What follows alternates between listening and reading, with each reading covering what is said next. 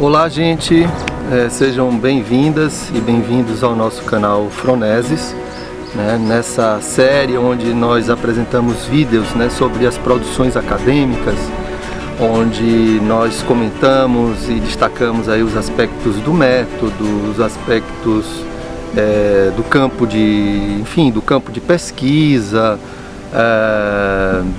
do objeto de pesquisa, das linhas de pesquisa, ou seja, uma série onde a gente está interessado sobre as produções acadêmicas, os escritos acadêmicos, artigos, dissertações, teses, livros, etc.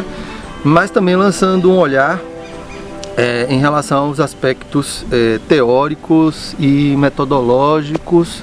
Claro, tudo isso articulado com o fazer, né, do trabalho científico, acadêmico, no sentido largo, tá? No sentido largo aí dessa ideia do que seja trabalho científico. Hoje nós vamos trazer um artigo, né, muito interessante, um artigo que foi recentemente publicado, chama-se Nem Ver, Nem Olhar, Visualizar, sobre a exibição dos adolescentes nas redes sociais. Esse livro tem autoria, esse artigo tem autoria, né, de Alice Chaves de Carvalho Gomes, que eu tenho a honra, né, de ser colega dela, do meu colegiado, da minha universidade, o Raimundo Benoni de Araújo Pedrosa Filho e a Leônia Cavalcante Teixeira. Então esse artigo, Nem Ver Nem Olhar, Visualizar, sobre a exibição dos adolescentes nas redes sociais, ele foi publicado, né, no periódico, na revista Ágora, Estudos em Teoria Psicanalítica, né? Eu estou sendo um pouco ousado, né, porque como o periódico já indica aqui, então um periódico específico aí de produção de psicanálise. Eu não sou um psicanalista, tem uma leitura bastante superficial, mas o artigo ele é muito bem escrito, né? O artigo, ao mesmo tempo que imagino, né, que deva atender aí os rigores, né, de uma escrita psicanalítica, né, de uma produção psicanalítica, mas ele não deixa de ser acessível àqueles que não dominam, né, completamente aí, enfim, esse campo psicanalítico. Então, no resumo, vou ler rapidinho, né? Este trabalho discute o fenômeno da exibição dos adolescentes nas redes sociais. Iniciamos interrogando o enfraquecimento do outro parental e os impasses decorrentes dos avanços da virtualidade na contemporaneidade. Recuperamos o debate sobre o narcisismo na adolescência, apresentando o dar-se a ver e a exibição como mecanismos distintos em relação ao olhar do outro da cultura, ou esse outro com o O maiúsculo.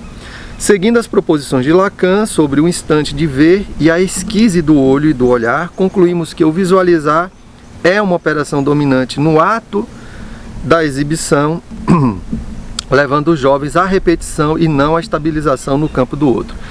Então, eu tenho um particular interesse, né, primeiro porque traz essa discussão sobre as novas tecnologias, né, essa cultura, digamos, digital, né, fala do contemporâneo e também do desenvolvimento, né, do adolescente. Isso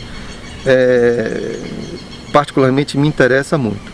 Então os autores, né, trazem inicialmente, né, uma discussão sobre essa questão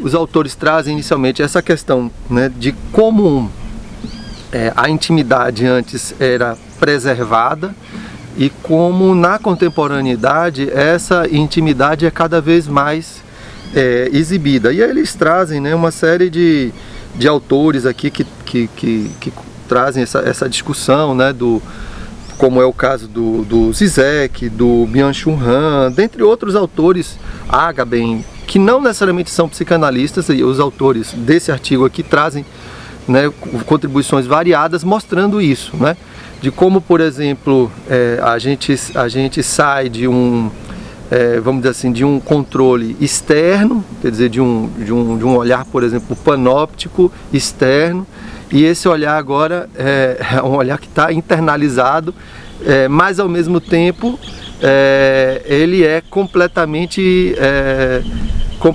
visível, né? Até nas arquiteturas, né, a gente observa isso, a necessidade das pessoas estarem se expondo, né? As academias, por exemplo, de vidro. Então, se antes a intimidade era reservada, a intimidade agora ela precisa ser exibida. Então, eles trazem como isso vai sendo, vai se transformando, sobretudo aí na questão das redes sociais, né? E aí ele, só para trazer uma citação aqui dos autores, né? Então, redes como Instagram e Facebook constituem veículos que incitam os sujeitos a uma posição subjetiva particular frente ao outro. As disputas por visualizações e likes passam a reger os laços que se organizam preponderantemente em torno da imagem, da exibição e da solicitação do olhar. E aí eles adentram numa discussão muito rica, muito interessante sobre a ideia de cultura da imagem, né? Sobretudo aí numa interpretação psicanalítica. Eles citam uma autora, Sibília, que eu gosto muito, que é uma argentina, que faz essa discussão, né? Que diz o seguinte, né? É uma citação indireta, ou seja, dos autores fazendo uma releitura de Sibília. Se na modernidade, né, o homem interiorizou-se, buscando apreender e resguardar entre quatro paredes a sua intimidade, registrando-a em diários, hoje percebemos um gesto distinto. O homem se exibe euforicamente nas redes sociais digitais, compartilhando seus momentos mais íntimos com centenas ou milhares de pessoas, muitas delas completos desconhecidos. Então é o que eu estava falando, de como essa intimidade ela é resguardada e agora ela precisa ser exibida. E aí nessa sessão os autores fazem, como eu disse, né, uma discussão a partir de um viés psicanalítico. Em seguida eles localizam a questão da adolescência, né, trazendo a ideia da adolescência como um passagem, a ideia da adolescência como uma preparação também para a vida adulta, obviamente dentro de uma linguagem psicanalítica, destacando aí a questão do narcisismo, né, como um processo que também o adolescente vivencia, né, como algo necessário, e como isso se apresenta, né, como isso se constitui nessa contemporaneidade onde a gente vive a cultura da imagem pela sua exibição. E aí também uma citação, aqui uma passagem, né, dos autores. Uma das vicissitudes do adolescer será justamente desinvestir do outro parental, separar-se dele e dialetizar com o outro da cultura. Esse desinvestimento produz uma movimentação em direção ao olhar do outro da cultura, sem que o sujeito, contudo, deixe de se servir do primeiro. A operação da adolescência não implica, pois, no apagamento absoluto do outro incorporado da infância, mas na separação dos pais imaginarizados e idealizados, e só poderá acontecer se a incorporação dos pais, como diria Freud a propósito do período que chamou de latência, tiver obtido êxito. Então, como é que se dá então, né, essa questão da adolescência nesse contexto da cultura, como eu disse, da cultura da imagem e da exibição, né? Então aí eles problematizam isso, né? Vou ler uma outra passagem aqui. É como se a imagem adquirisse consistência, como se fosse possível tocá-la com as pontas dos dedos. Se os adolescentes estão especialmente concernidos à própria imagem, despedindo-se do corpo infantil e buscando uma nova autenticação diante do espelho, desse olhar do outro, né? Os efeitos dessas mudanças, do olhar do outro, na verdade, na exibição desses dispositivos. Os efeitos dessas mudanças se tornam particularmente controlados, manipulados, editados, corrigidos pelas telas das redes sociais, porque se edita, né? Você cria o que você quiser. Trata-se, contudo, de uma aposta ilusória, né?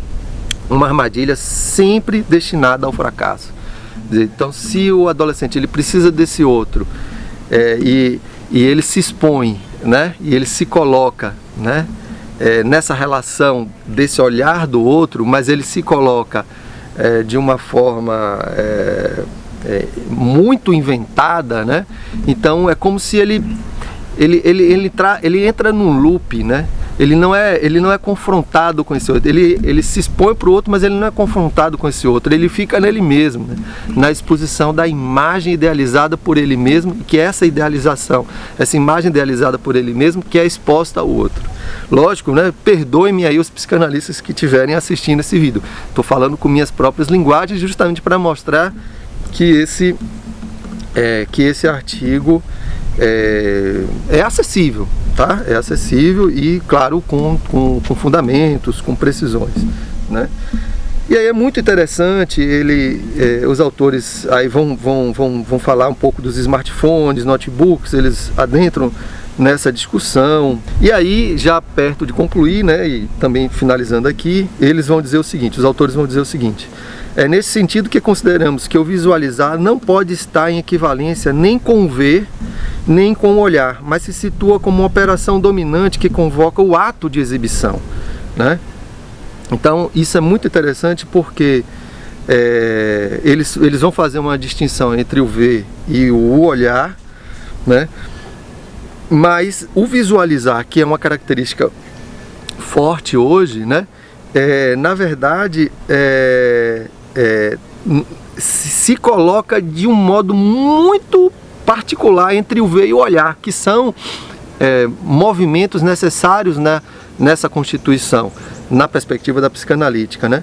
Mas entre o ver e o olhar existe o ato de exibição, e é esse ato de exibição que os autores querem chamar a atenção como algo muito presente, né?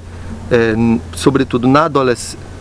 Vai estar na adolescência, claro que está presente em todo mundo, mas eles destacam isso na adolescência e tem consequências, né? E tem consequências. Então, a visualização, né, implica nessa instantaneidade extraordinária que se apaga, que cessa tão logo outra imagem se oferece aos olhos de quem vê, necessitando novamente de outras exibições e assim sucessivamente instaurando aí